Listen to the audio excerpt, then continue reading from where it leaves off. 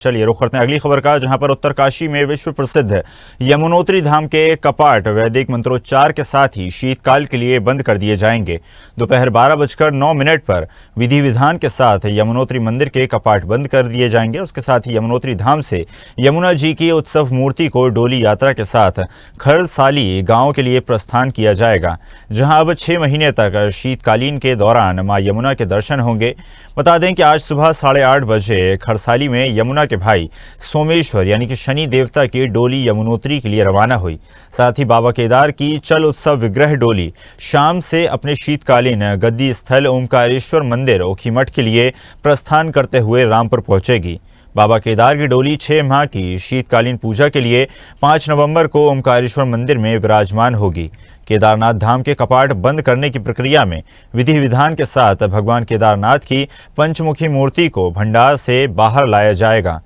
इसके साथ ही इस मौके पर समूची केदारपुरी बाबा केदार के जयकारों से गूंज उठी। इधर यमुनोत्री धाम के कपाट भैया दूज के पर्व पर बंद किए जाएंगे।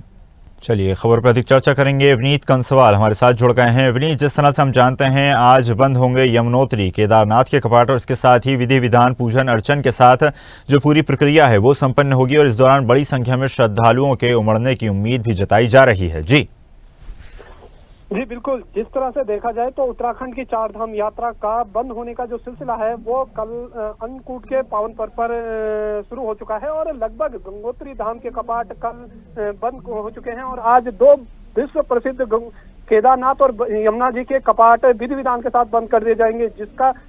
शुभ मुहूर्त पहले ही सूचित किया गया था। और रात भर यहाँ पे जो कीर्तन मंडली जो रात भर यमुना जी की बात की जाए या केदारनाथ की बात की जाए तो रात भर वहाँ पे पूजा अर्चना का कार्य चलता रहा और साथ ही साथ आज जो शनि महाराज की जो डोली है वो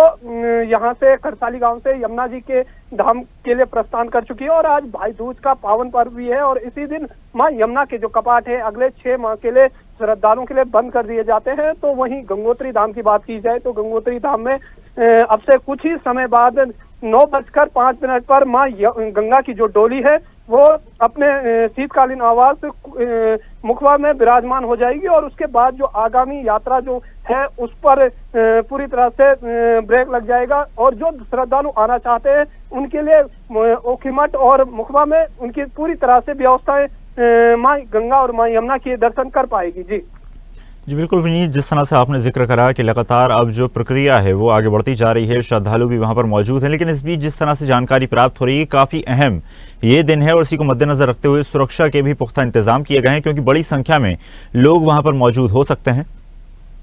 जी बिल्कुल, जिस तरह से देखा जाए 4 धाम यात्रा में पहले से ही पुलिस प्रशासन से लेकर पूरी तरह से विभागीय स्वयं आर्मी के बैंड तक यहाँ पर अपडेट रहते हैं क्योंकि जो ये समय है काफी समय बाद 6 माह के बाद ये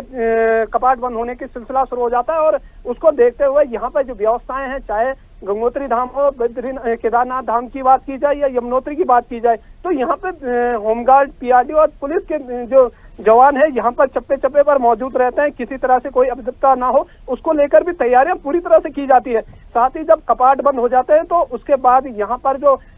माँ गंगा और माँ यमुना और केदारनाथ की बात की जाए तो यहाँ पर पूरी तरह से पुलिस और होमगार्ड के जवानों के हैंडओवर कर दी जाती है क्योंकि वहां पर पूरी तरह से बर्फ से ढक जाती है जिससे कि इनकी जो व्यवस्था है पूरी तरह से प्रशासन देख पाता है। जी बिल्कुल विनीत, जिस तरह से आपने जिक्र करा काफ़ी अहमियत दिन है और उसी को मद्देनजर रखते हुए सुरक्षा के भी पुख्ता इंतजाम किए गए हैं। फिलहाल आपका धन्यवाद जुड़ने के लिए और जानकारी साझा करने के लिए।